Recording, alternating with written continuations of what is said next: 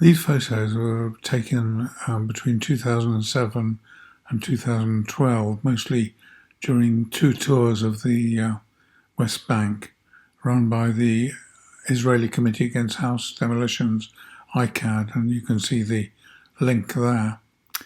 During these tours, we met Palestinians who had been evicted from their homes, mental health workers dealing with the psychological consequences of occupation, members of the Palestinian Authority, as well as settlers and other advocates for Israel. The images convey some of the experiences of the occupation. I'm told that the situation now, 12 years later, is much worse, with settler violence, continued land confiscation, and house demolitions, and of course the Israeli response to the Hamas attacks in October 2023. Here are some photos taken in Jerusalem. This is a group called the Women in Black, who, at that time anyway, I think they still do, regularly demonstrate against the occupation in Jerusalem. This was a house that we found on the grounds of a kibbutz near Jerusalem. The house had been abandoned, but it was clearly once part of a Palestinian home which had been emptied of Palestinians during the 1947-48 war. Here is four Jews walking along the external wall of the old city on the West Jerusalem side. And here's a picture of new recruits. This is their inauguration into the army. They've done their training, they've got their uniforms, obviously, and they're getting their qualifications. And they're being given by the army a gun, which you can see on the table, and a Bible, which you can also see on the table. Here's a Palestinian and a Jewish woman walking past the outside of the old city, and you can see an Israeli guard in the window there above the gate. This was at the Western Wall, and it's a picture of an Orthodox Jew. He's either consulting holy texts or praying, I'm not sure which. This is the occupation wall, the separation wall, snaking through Jerusalem, and it can be seen clearly here. And here's the picture again of some Israeli soldiers on the roof of a building, looking out at the old city. You can see there the Dome of the Rock, the Golden Dome on the left, and the Silver Dome on the right is the Al-Aqsa Mosque. This is a man we met who had just been evicted from his house by force to make way for a Jewish family. The Jewish family had moved in, and you can see it's like a menorah on the top as well as an Israeli flag. I spoke to the father, who told me that his children were suffering from depression and anxiety, and I made sure that they were referred to mental health services in East Jerusalem. Here's this range of people you see in Jerusalem: two Palestinian women, an Orthodox man, an apparently secular man, and two Israeli soldiers. This is back at the Western Wall, praying, and one of them is wearing the tefillin or phylacteries.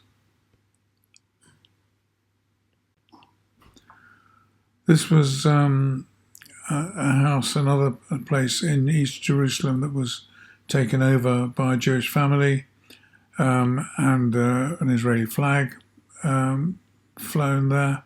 And there is the settler on the roof of her building. This is from an unrecognized Bedouin village in the Negev. There are populations in the Negev of Bedouin Arabs who live in villages that are not recognized. They used to be nomadic, but that was made illegal, and so they stay in one place, but they don't have adequate places to live, and they tend to live in rather squalid surroundings.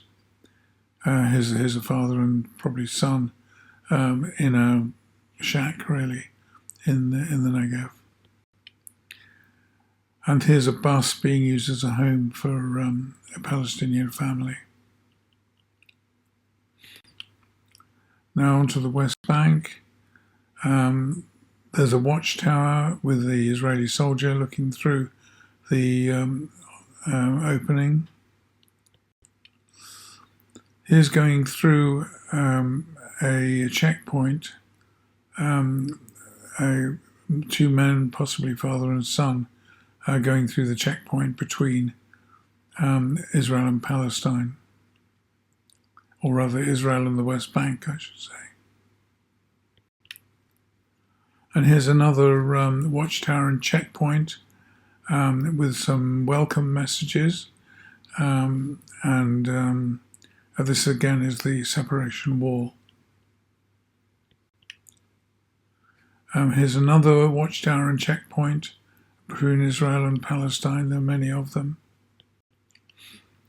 This is a poster that I saw on a wall in the West Bank, urging the return of refugees quite soon after the 1947-48 establishment of the State of Israel and the subsequent war, which resulted in the displacement of 150,000 Palestinians.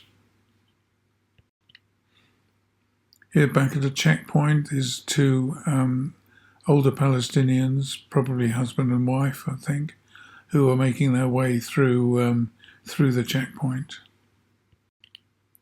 And here's a picture of a checkpoint with nobody there. This is the house of a Palestinian man that has been demolished 5 times.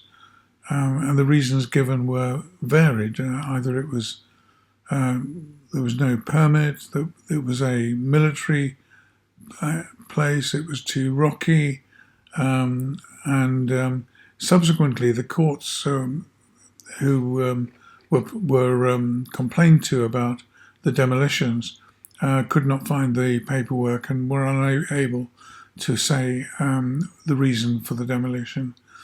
Anyway, I believe even subsequent to this picture, this house was demolished again, and the family finally moved elsewhere. This is an olive grove where all the olive trees have been cut down by the Israelis. This was in the West Bank, and it really, I guess, destroyed the livelihood of the person who was farming there or responsible for this olive grove. This is a road you can see to the left of the middle there, which is between a Jewish settlement in the West Bank and Israel proper, and it allows very rapid transfer from the settlement to Jerusalem. And only cars with Israeli registration plates are allowed on this road. This is a house that's been demolished by the Israelis as part of the House Demolition program. These are just two Palestinian children. I was a little bit worried about the teeth of the one on the right. I don't know whether she had dental problems or vitamin deficiency or whatever. They seemed reasonably happy. I'm not sure how healthy they were. Now, this was a hospital, a children's hospital, that had been set up, I believe, by an American donor. These were two workers who were having a break outside. This was on the West Bank. This is another child not looking too happy. This is the separation wall and the paraphernalia of the sort of military aspects of it. And I saw two small Palestinian children who were playing right beside it. It just seemed rather incongruous to me. This was Bethlehem University, which was very beautiful, and here are some female students studying there. The students seemed very content there, and there was a lot of studying going on. In fact, there are many universities in the West Bank. This is the West Bank, a Jewish settlement, but it's the initial stages. In order to start off a settlement, they will put relatively temporary housing there, as you can see, and they're replaced by more substantial houses later.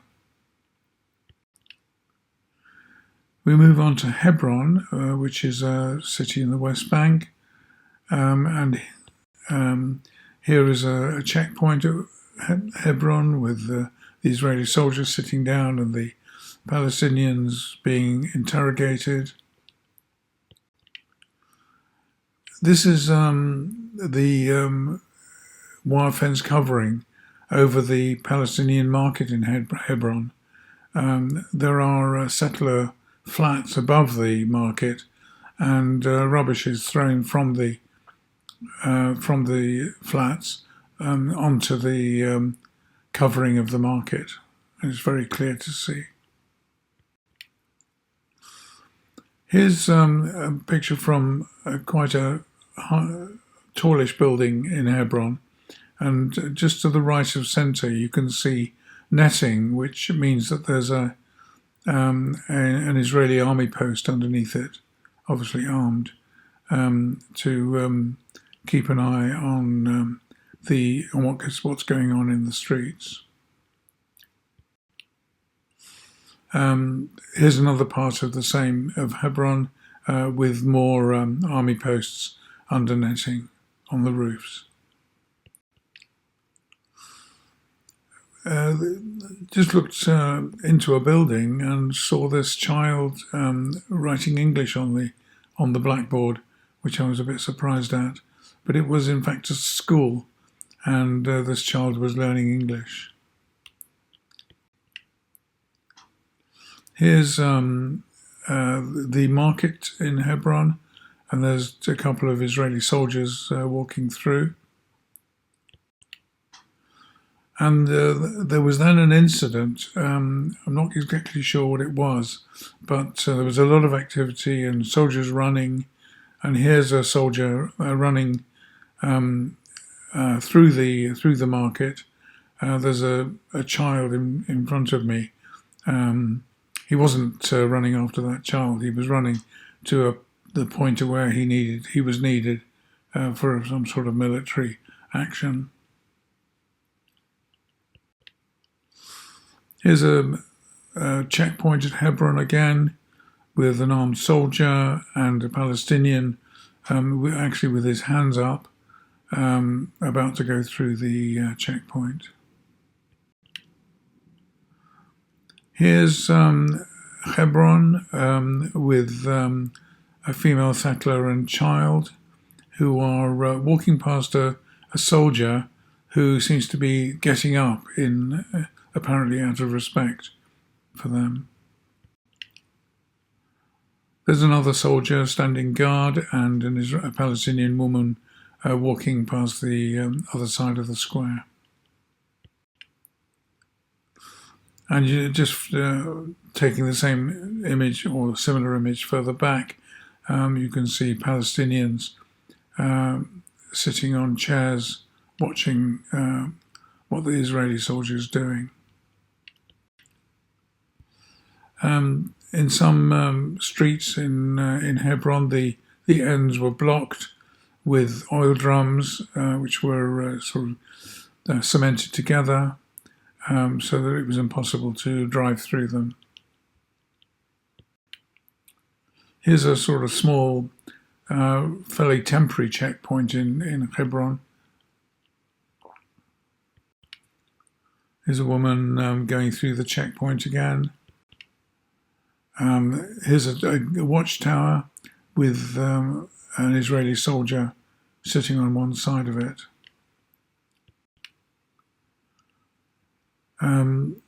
There's a female settler who's on the stairs up to her flat, which is on the second or third floor.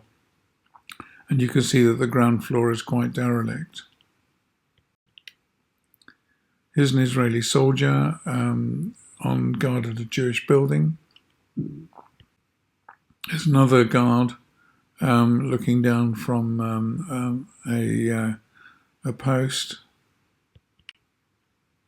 And here's more rubbish thrown from above onto the netting over the wire netting over the Palestinian market. Here's another view of the checkpoint with Palestinians. They all seem to be Palestinians going through, including a boy. And here's an Israeli soldier observing people going through the cage, which constitutes the checkpoint. We then moved to Ramallah, and we went to the presidential office, which I believe has been rebuilt and is still there. But anyway, here are some Palestinian soldiers who were guarding the presidential office. And there's the office itself. As I say, that's been replaced now. And this is a mausoleum for Yasser Arafat, who had died earlier, and they were building a final resting place for him. There he is, looking quite young, behind some market sellers selling vegetables in Ramallah. And here's three Palestinian women walking in Al Manara Square under the stone lions there.